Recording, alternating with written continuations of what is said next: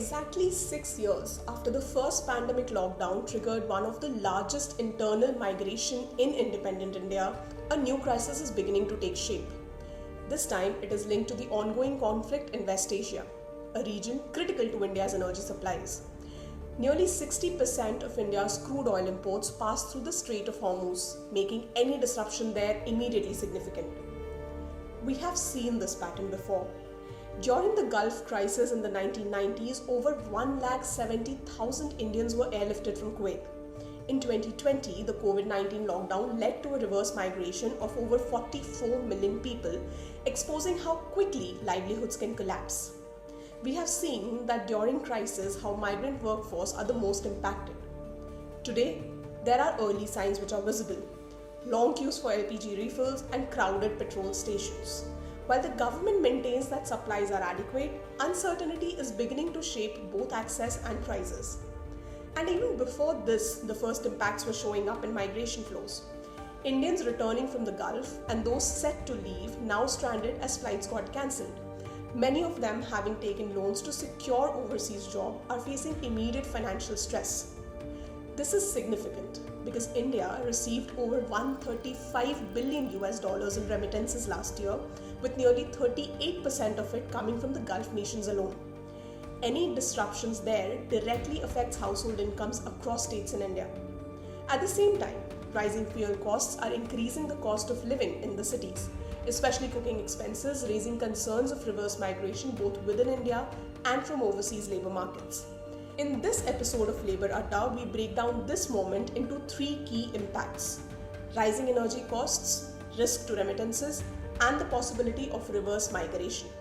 And to help us understand how these crises play out over time and what they mean for the workers, we'll also be joined today by journalist Jyoti Yadav, whose book Faith and Fury documents these journeys of disruption and survival from the COVID-19 pandemic time. To begin with what's unfolding on the ground, today I'm also joined by my colleague Sajid, who has reported on war situation and is currently reporting from the ground on how the current situation is unfolding.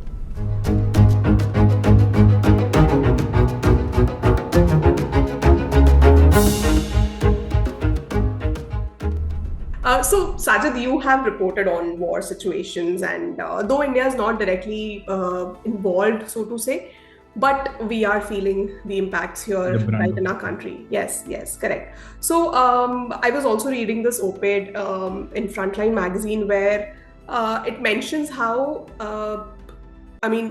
India is becoming very much dependent on the Gulf nations. Our population that is out migrating to work in the Gulf countries has increased over the years. But does this also come with a risk factor? And in your reportage, people you've been meeting in Delhi also outside visa centers, you've been meeting people who are planning to go and work in the Gulf countries. How are you seeing the situation unfold on the ground? What are the sentiments like? What is the sense like? So first, as we have reported, even in the last story we did from multiple cities, actually, we had additions or inputs from Delhi as well. There was actually gloom that there is this great employment avenue for the low to non-skilled migrant workers. It's easy, it's culturally more close, it provides this community support. There are several temples which have come across in the last 30, 40 years. And it's closer to home compared to Europe or America. But at the same time, they are very, very optimistic to go there. They have found work in their cities, wherever they are, some in Delhi. They are staying put, that the moment the avenue opens, they sort of travel. So the immediate risk would be that if this conflict continues, or if the escalation ladder goes up and up, which seems to be going up every passing day, it will definitely impact the remittances, which is almost 38% of India's total remittances. I say that because I've been talking to recruiters and experts on the subject, and they've also been saying that as of now, they don't see that impact happening immediately. Yeah. Because employers have not said no. They are willing to take in Indian migrant laborers as employees, as and when they can go and be there. But there's also this concern or question around what happens to the economy of these Gulf nations in the long term because of the ongoing war. And there have been attacks. I mean, there are other countries also being attacked. The geopolitics is very unstable right now. So, as of now, the Gulf countries have shown tremendous defense capabilities. They have stopped, their air defenses, which are majorly American made, and just UAE has some co-production or co-manufacturing of aerial defenses with Israel. But overall, they have successfully sort of stopped major barrages from the Iranian side, and which seems to have kept their economy, or which seems to have still kept the hope of the magic of Gulf Cooperation Council. But there have been significant hits, on their defense facilities, some of their oil installations across, Saudi Arabia, Qatar, Oman. So it seems whatever is coming in the media right now, that these Gulf countries are again uniting, they're cementing their relations. So it doesn't seem as of now that it will go very, very risky for the Indian migrant laborers there, or their own population, or people from other countries who are living there. But you never know when things go out of control. Yeah. But again, I mean, the people that I speak to who are now waiting, I mean, their visas were approved, their jobs are secured. You have met people from Punjab in Delhi who are hoping to fly out whenever the flights resume and whenever they feel that they can go back. A lot of them I speak to, they always tell me that, they're not afraid as such. They feel that the countries that they'll be going to, mostly Bahrain, people going to Bahrain, they feel that it's going to be very safe. And mostly it is because the income is good, the work environment is good for them. So, what has your sense also been interacting with these people outside the visa offices in Delhi? The people that you met and you interacted with, what was their sense like? Are they afraid? Are they scared? Or there is sort of gloom actually. There is that fear. So from 50,000 in 1970s to 1.5 million in 1990 to 90 million in 2019, to it plateauing there would not be ideal. I hope that doesn't happen. right. But people are definitely optimistic. They would want this, like all of us, this conflict to end and the resumption of this corridor to continue. Through a ground report we worked on, we spoke to multiple Gulf-bound blue-collar job seekers who had their tickets booked, their visas confirmed, and even their employment confirmed. But just a few days before they had to fly out, their flights were cancelled, and they were forced to stay back and look for alternate jobs, to repay loans they took for securing jobs outside, or even just in a hope that they will fly out soon. A recent report in Al Jazeera showed how migrant workers from Surat started taking trains back to their villages as they experienced shortages of LPG gas supply. A textile worker interviewed for the video report stated that they have no access to LPG supply for the past 5 days, and the factory where he worked was also shutting down, as the factory also needed LPG supply for heating, dyeing and finishing purposes. There are reports on Indian casualties as well, with families at home here in India in panic, even as many workers still in the Gulf nations are assuring their families of their safety. A report in Scroll called The Current Situation a Deja Vu for the Migrant Population, and the headline read, Why the LPG Crisis is Reviving Pandemic Fears Among Migrant Workers. Social scientist Pushpendra Kumar, who was interviewed and quoted in the article, said that the impact of the gas crisis on migrant workers did not come as a surprise. He told the Scroll that policymakers are no better prepared to tackle the problem than they were before the pandemic. This, he argued, is because migrants are not a political force to reckon with.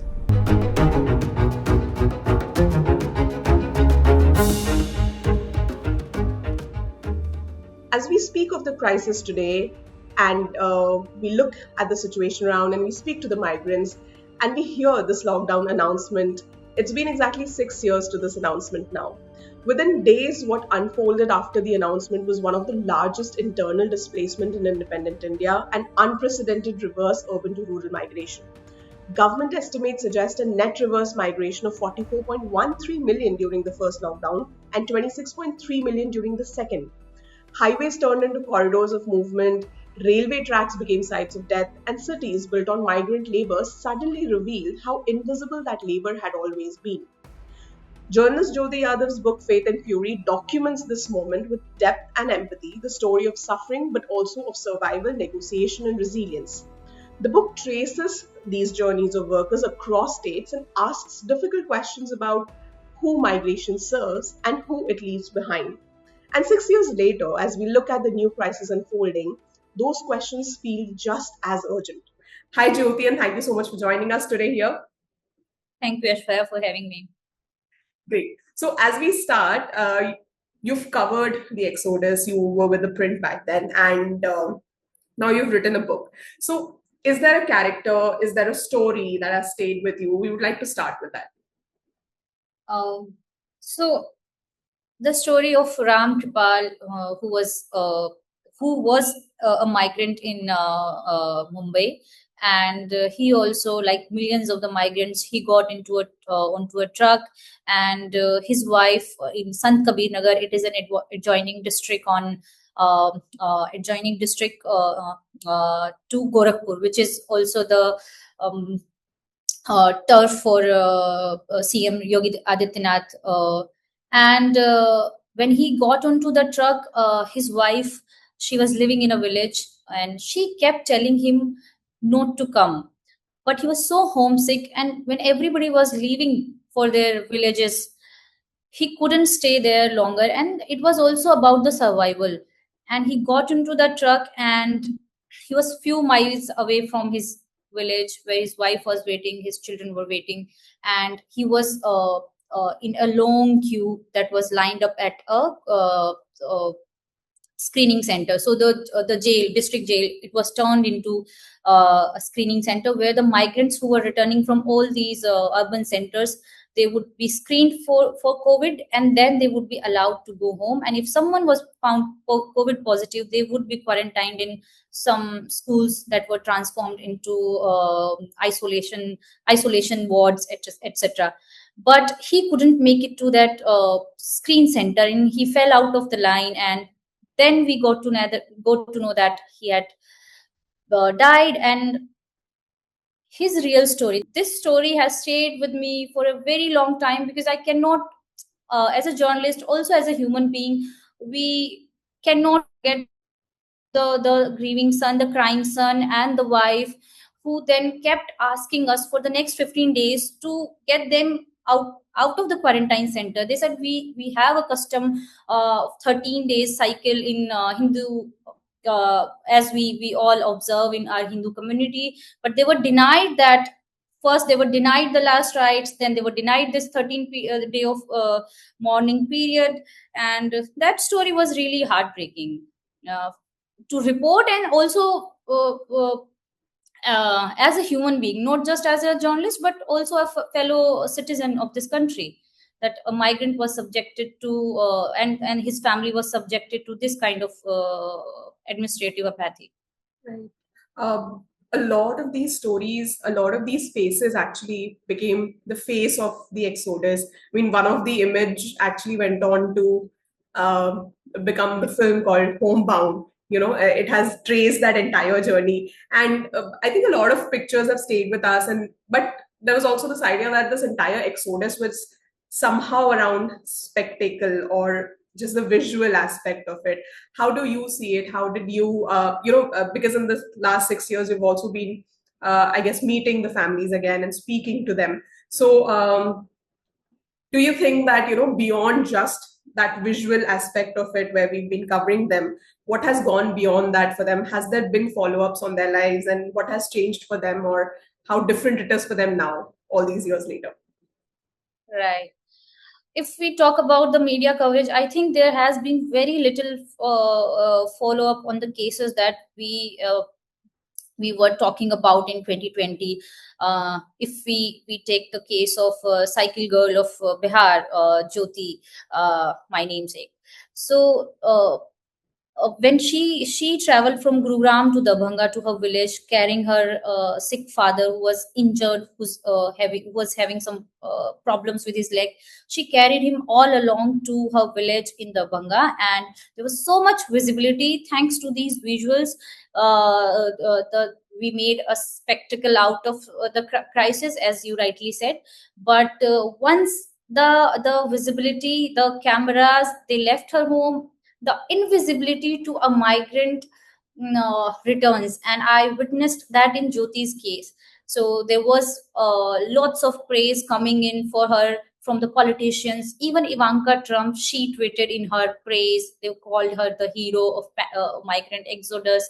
And the politicians, they wanted to get her into a college or a school. They wanted to ensure that she gets to study further, and there was hope. But soon, I think by 2022 or 23, there was also a filmmaker who reached out to her, and they were trying to make a film out of her life. But nothing happened, and that project also didn't take off. And Jyoti, when I find out in 2025, she never got. No, she never got to study in a college. She never completed her higher education. Or the reverse migration, if you meet any migrant laborers family back in UP and Bihar, they will have a COVID story of the first wave, and many of them who didn't have any option, they had no way to feed themselves. They returned to the cities, but some of them also stayed back. The migrant exodus is always in the background of any story, and these stories are in millions. It is not one isolated story, one or two Darbhanga girl or Ram Kripal. They are in millions. In this case, you were also mentioning that you had met Jyoti's father as well, who was actually working as a migrant, and Jyoti had gone all the way to bring him back. So, is there a story associated with him as well that you found out during your work? Yes, so if you allow me to read some excerpt Yes. from the book, I would really like to read it for our audiences, and this is how it goes. On 26 January 2020, Mohan's life took an unexpected turn when he was injured in an accident. His wife, son-in-law, and Jyoti rushed to Gurugram by train on 30 January to care for him. While his wife and son-in-law returned to Bihar in February, Jyoti stayed behind. For Jyoti, it was her first time experiencing a big city. But before she could fully grasp the new world around her, a nationwide lockdown was announced in March. We both got stuck in Gurugram, Mohan told me.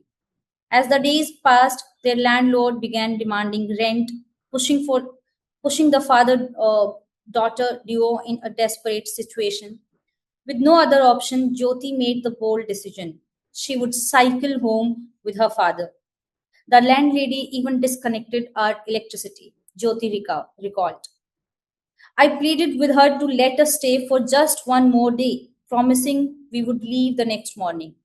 With 500 rupees with her family's Jan Dhan account, she bought a second-hand cycle, their only means of escape. On 7 May, they set off from Gurugram, pedaling towards their village in Darbhanga, covering hundreds of kilometers. The journey was grueling. A truck driver offered them a ride for the part of the way, but not everyone was kind. Most truck drivers were demanding 3 to 4,000 rupees, Mohan said. Back in their village, Jyoti's family tried to stop her from cycling. Her safety was at risk because she was a young girl, her sister Pinky Paswan said.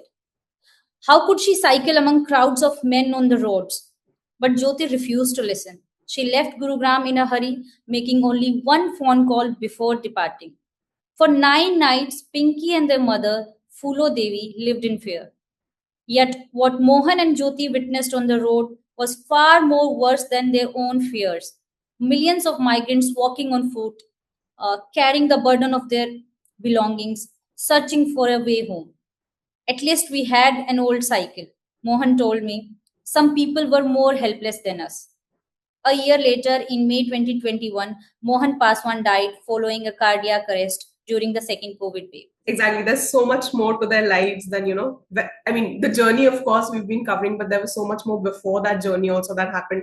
Yes. I also wanted to add that some people believe that the migrants left immediately after the announcement of the lockdown by the Prime Minister Narendra Modi. Some half of it true, but some migrants, they really stayed back and they survived for a month and for another half month. But when they ran out of ration, so you will meet a group of migrants who are living in Delhi. They were workers in a sweet shop. So they were relying on first roti, then namak roti and kadwa tel, which is mustard oil.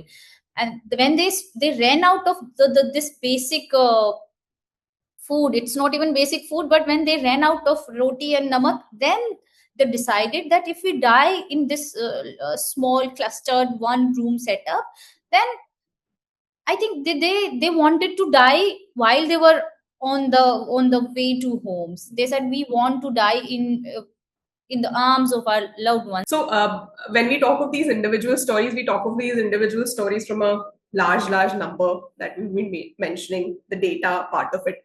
But during the lockdown, during COVID, every administration we spoke to, I think a lot of us as reporters spoke to, they didn't know initially how many migrants are going to come back, what is the expected number. So data as a gap was very evident. But now we recently also did a story with the migration story from Odisha, where they are trying to create a database of every person who's leaving the village. So they're kind of making a migrant registry at Gram Panchayat level, but it has just been started by a non-profit. So back then there were these talks about creating registries, creating this exhaustive database, understanding the corridors where people are migrating, creating safe corridors for migration. Do you think any work has been done in that direction? And through your interactions with people you've met then and you continue to meet in the last 6 years, do you think things have changed administratively for them when it comes to mapping them or, not putting them in that invisibility bracket anymore? Has it changed? So I've been to some villages in Bihar and UP as well after COVID, and as recent as the December 2025. So the data is there. I think the government needs to bring in some sort of mechanism to, formalize this data and not leave this on the village heads or NGOs to just pick one or two village or blocks or cluster of villages. There needs to be more focus on creating this database, and it should be it should come from the state. Even if one NGO or one gram panchayat, if they make a registry in UP or Bihar, it's not enough, because once we see another migrant crisis, we will again fall back into the same trap. The district magistrate, the DM, or the collector, they will again, will not have some statistics to guide them. Or when we have data, we actually make better policies. We are better informed. And in the case of migrants, how many returned, how many went back to the cities, and how many are there in the villages, how many got the job. I don't think the departments, if you visit the departments in the states, they will make you run pillar to post, this wing to that wing, and you will not be able to come with a comprehensive list. So that is still a huge gap in the policy. I have not seen a concrete or this solid database with either UP or Bihar. You will find gaps. The numbers that they provide in 2021 or 2022, and the numbers that and also these numbers are ever evolving. The number of migrants that leave a village are changing, so they need to keep things in check, keep updating the list. So that is very slow, and it's not very systematic. Correct. Again, that's my personal opinion. We'll go to the final question now. And currently, Currently, we're looking at a war situation, and we are again reporting on how it is impacting migrant workers, specifically those who are working in the Gulf areas and who were planning to go to the Gulf countries to work. And even within India, now we're looking at a crisis around gas, and we are looking at other industries being impacted, and we're looking at people again migrating back to their villages. So, through your reporting or through your understanding, do you think India is better prepared today to respond to a migrant crisis like this, and migrants become the first absorbent of any such crisis? So, how do you weigh that in, and how do you look at it? Will be a grand statement to make, but I don't think we have learned our lessons. Every time we confront a crisis like the migrant exodus or the second COVID wave, we find ourselves in a very similar, familiar situation where we are always underprepared. There is always panic, and it is. I don't know how to say this in other words, but I think we have not learned our lessons enough, and we again fall into the same trap, same unpreparedness. Yeah, I think we learn our lessons soon, but I hope the crisis this time isn't as bad as the one last time. But yeah, okay. But as you rightly pointed out, that it's the migrants, the most marginalized, who face the brunt of every crisis. They are the ones who are most affected. Thank you, Jyoti, for joining us for this episode of Labour Adda. And as we close today's conversation, one thing is clear. This crisis may have begun far away, but its impact is being felt right here in the everyday lives of workers and their families. For many migrants, this isn't new. It's a familiar cycle of uncertainty, disruption, and adjustment. The question is, are we listening closely enough this time? Thank you for watching this episode of Labour Adda. Thank you for joining us. Stay tuned as we bring you the next episode next month.